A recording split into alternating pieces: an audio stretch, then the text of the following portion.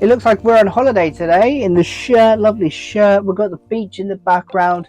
We're not, we're still in Britain, but here we are. In today's episode, as you can tell by the thumbnail and the video title, we are going to go through how on earth I afford all of this and make it worth it, basically. Make it worth my while and make it as cheap and as accessible as I can, because collecting video games can be a bit of a rabbit hole and it can be super duper expensive, but it doesn't have to be. Obviously, it doesn't have to be. So we're going to go through a few tips and tricks and just a few little bits. Nothing's going to be out of the ordinary, nothing's going to be insane, but it's my two-piece, and I've been asked here and there about, best ways of actually going about it. The ways I use will be completely different to some people on YouTube, or in general anyway. It's tailored to me and what works for me in my situation, but some of it might be useful to yourselves. If you go on to enjoy the video, drop it a like, consider subscribing to the channel because I love you guys so much, and let's get into it. So obviously this isn't going to apply to every single body here, but you might find something a little bit of value, something you didn't know. You never know. Hey, you never know at this point. So my first point of advice would be to have patience.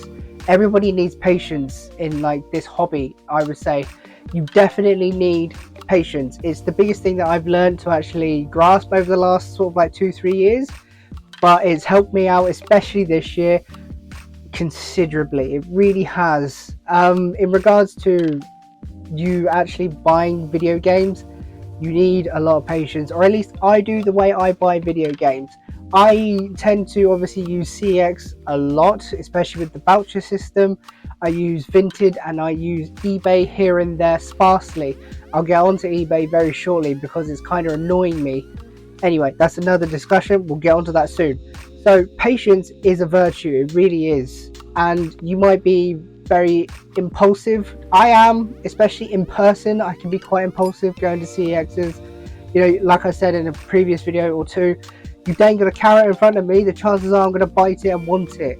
It's just me as a person, but online, on Vinted, on eBay, it's slightly different. I can hold back, I can be a little bit patient and wait for the right deal and wait for the right game to pop up, whatever I'm looking for at the time. Honestly, patience is probably my biggest tip for anybody. It really is. Try not to be impulsive, try not to be in the moment as much as you can. I know it's very difficult, and I know I'm not preaching to the choir here, but it's just just relax. Games are always going to be there for the most part. It doesn't really matter whether you have them today, next week, next month. Things take time, they do. So wait for the right game, wait for the right deal, because it will pop up and you will be very happy and very excited for it when it does. I just spent 3 years trying to find a 50p game in person because I refused to buy it online because it would cost me 7 or 8 quid. Refused. Absolutely not. No thank you. But in an upcoming video, I found it. I actually found the game that I have been hunting for so long. Look, 3 years for a 50p game, people would be like, oh, you might as well just pay 7 quid for it if you wanted it that bad. No, because I didn't want to spend that money, and it's my personal preference. Everybody works differently. That's just me as a person. But I found it, and the relief I have and the satisfaction I have sitting here right now is beyond. It really is. It is a very good reward for my time. It is. It's fantastic. So patience, it really is key to success. How else do I actually afford this? Well, I make use of heavily, and I know a lot of other people do as well, of the CX trading system and voucher system that they offer. It is a fantastic tool, but yet the most annoying and frustrating thing to deal with. Yes, that is counterintuitive, maybe one of those words. However, it's a great asset to have, but it's the most annoying thing to use at the same time. I'll explain, don't you worry. CEX, people have their opinions on CEX. I have my opinions on CEX, especially online CEX. I feel like it's completely different to what it is in store. You know, you go in store, you see what you get, you can actually view what you have. Online, it's completely different. It is literally lucky dip whether your games turn up in decent condition, horrendous condition, especially if it's retro like PlayStation 1 and stuff. It is a lucky dip, totally opposite to what it is in store, because you have your own eyes, you can see exactly what you're purchasing. Online, it's just chaos. However, you know, I do a lot of CEX lotteries, or I have done in the past. I hopefully have one coming up soon. I haven't fully like done my basket yet, but it's one of those where it's not really anybody loses, because you can take your items back, especially if you buy it online. You've got 2 weeks to take your items back for like a full refund on voucher. So it's not like you're losing anything stupendously. You're losing your time, and time can be money at the end of the day. But it's one of those. It's a great tool to have, because you can trade in old games, you can trade in DVD box sets, you can trade in anything, hardware, stuff that you don't use, stuff that you don't need, to build up vouchers for stuff that you absolutely want. You know, you pay 50p for a game that costs £20, for argument's sake, okay? Just for argument's sake. Then you can trade that into CEX to buy something else you actually super duper want and build your vouchers up. It's not anything, you know, out of the ordinary. It's well known. It's just one of those that I use heavily. I could talk about CEX for hours upon hours, and I don't think they deserve it. So we're going to move on. In regards to the places I actually buy all of this stuff from, it's three predominant place. Is that a word? Don't know. Three places is what I use. I use CEX, I use eBay, I use VINTED. However, for the second one, eBay is kind of very much down in my, opinion right now. It really is, because what I've seen recently on eBay is horrible and insane. So people tend to say CEX is very expensive in their prices, or expensive in their prices, because you can get it cheaper on eBay, you can get it cheaper on VINTED, whatever. What I've seen on eBay recently, that's not the case. Like, I don't know what's going on. If anybody has any inkling, please let me know in the comments. But eBay prices at the minute are absolutely astronomical for like your most Billy basic games. They really are, especially for PlayStation 3. Haven't really seen anything on like Xbox or anything like that, because I don't really search them on eBay. But for PlayStation 3, I'm seeing like your normal bog standard games. Like Tomb Raider HD Collection is usually like, what, 10 quid? 20 quid on eBay. And people have got so many listings for games that are outrageously priced. I did get Cabela's Katmai Survival, or Survival Camp of Katmai, something like that. Recent enough. It was like probably about a month ago now. That was a good deal. That's from Music Magpie. Again, they do some pretty good deals, but they do price match CEX for the most part as well.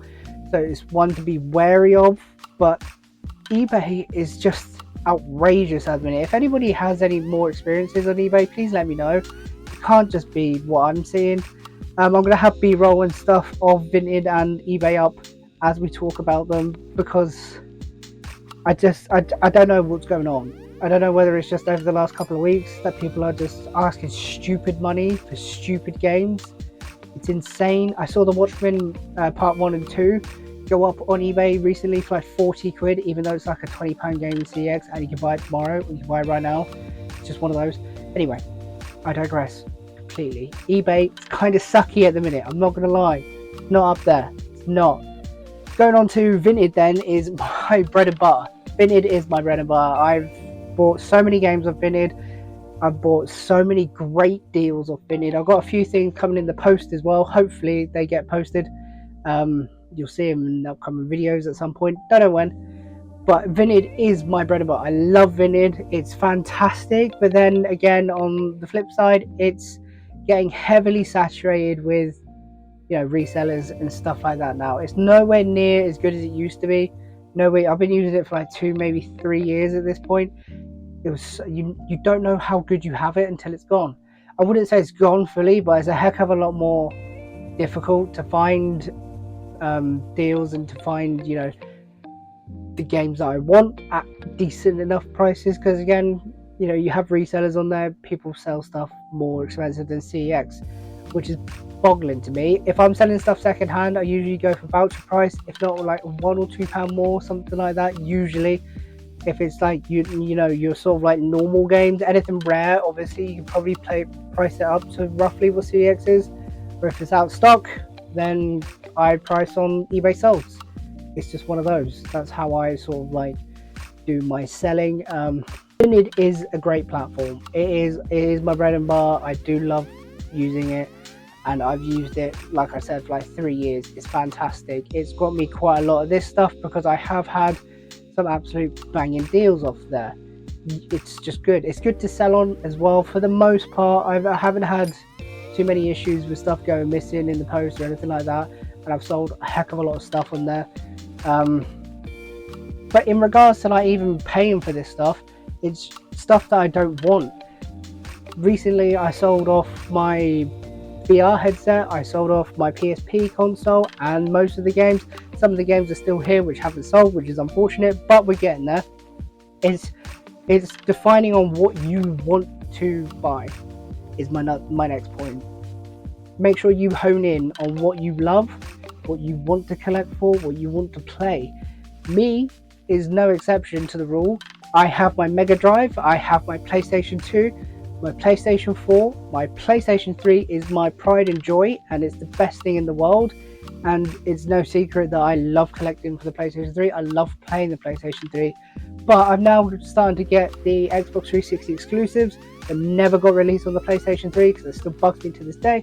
And we're getting there. We're building that up slowly and, you know, surely. It's not going to be anything crazy, but I've really honed in to what I want to collect for. That's why I sold the PSP, because I don't use it, and it's a great system. Don't get me wrong. I don't use it personally. I really don't. If I wanted to play anything handheld, I have my Switch. That's on tenterhooks at the minute. I'm not 100% sure whether I'm going to keep that or not. At the minute, it's probably the worst time to sell. But I don't know. It's the Tears of the Kingdom Special Edition, the really nice one. I just don't use it all that often. Not as much as I should. And I've always said that I should use it a lot more. I just don't. But it's redistribution and honing in on what you want to buy at the end of the day. That's literally it. You see everybody collecting, you know, Xbox or PlayStation or, you know, Mega Drive or Master System or whatever, or SNES. You don't have to do that. You can if you want. You don't have to. You just buy what you want. That's the biggest takeaway. I really do think is always nurtured to your own opinion and your own love for the hobby, I guess. I don't know. And that takes a time. It does take a while. Obviously everybody is in different stages of collecting. That is 100% true. I wouldn't say, I don't know what stage I am in. I'm just in a stage at this point. I don't know. I've been doing it for a fair few years at this point. But you know, if you're starting out, it's probably the best time, because you can really go in and buy super cheap games, fill out your collection, and they are some banging games for cheap prices. I just did, which you'll see hopefully in an upcoming video. I went to CEX and I got some absolute banging games for like less than 30 quid on the PlayStation 3. And it was the most games I've had in one single CEX store in a very long time. I was very happy with that. Very happy indeed. So I know this is a very talky episode, and hopefully it's filled with information that is actually relevant and helpful. At the end of the day, games are always going to be there. People say they're not. Yes, they're getting more scarce, 100%. However, you can still pick up your run-of-the-mill, sort of like middle-of-the-road games on whatever system you want. Yes, some systems are getting more expensive. PlayStation 3 and Xbox 360 have sort of plateaued at the minute, is what I've seen on like the market trends. I really have, and that fills me with confidence. It really does.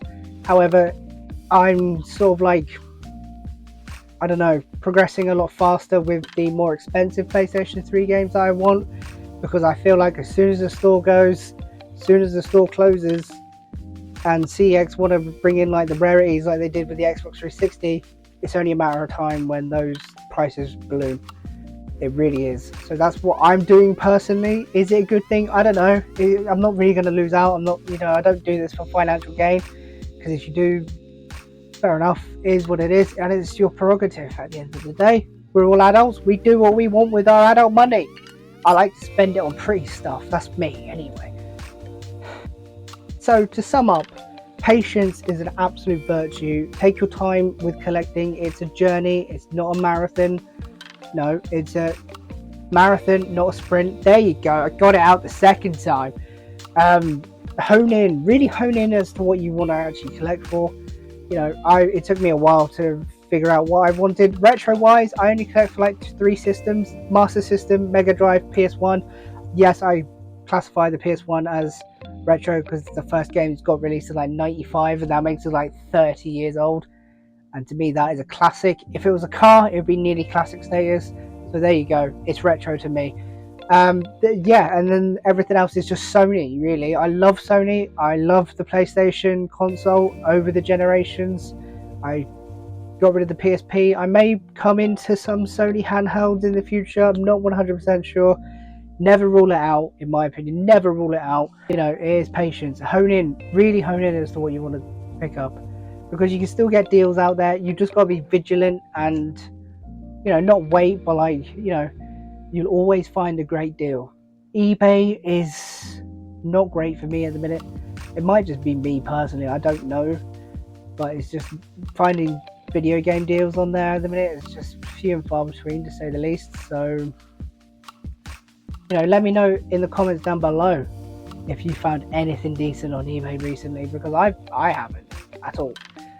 Vinted is a great thing. Again, I hadn't even touched on to like car boots and stuff. It's always it's very competitive. I know that.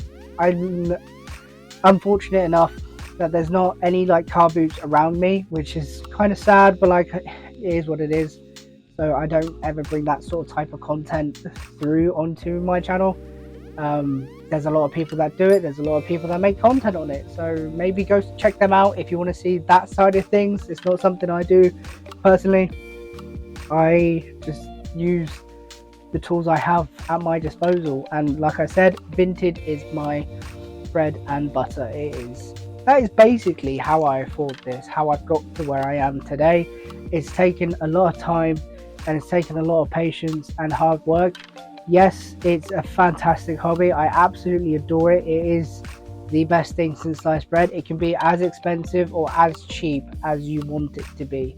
It doesn't have to be, how big is this or how big is mine compared to yours sort of thing. It can be just tailored to yourself, and it's difficult to take yourself out of that situation. Yes, everybody gets caught up in it. I'll admit, everybody does. I have. So, it's one of those, and just have fun with it. It's a journey. It's about the memories, picking up these games, playing these video games. It's about the memories, in my opinion, and they will stay with me forever. They really will. Some of these games I've got, how I've got them is, really, really, really why I do it. It's so rewarding in that regards. And I can just sit back here, look at everything that I've got, just be like, yeah, that's really cool. And it's my happy space. It's what makes me happy in life. Take myself away from work or anything like that. This is what makes me happy. This is what makes me tick. And that's pretty cool. I'm sorry that this has been like a very talky episode, but I thought, it's one of those where it's cool to sit down and have a little chat about certain topics and stuff. So maybe if you've enjoyed it, I'll bring out some more in the future. Who knows? Let me know your thoughts and feelings down below in the comments section. I would love to hear from you, how you're getting on, how you collect, how you do it personally, because it's all going to be different. Everybody collects differently, everybody does it differently, and that's okay. I have been Lawless. Thank you so much for taking your time to watch this video. If you have enjoyed, be sure to drop it a like. Consider subscribing to the channel, because we are on our way to 2,000, and I love every single one of you. But for now, guys, take care of yourselves and enjoy the rest of your week.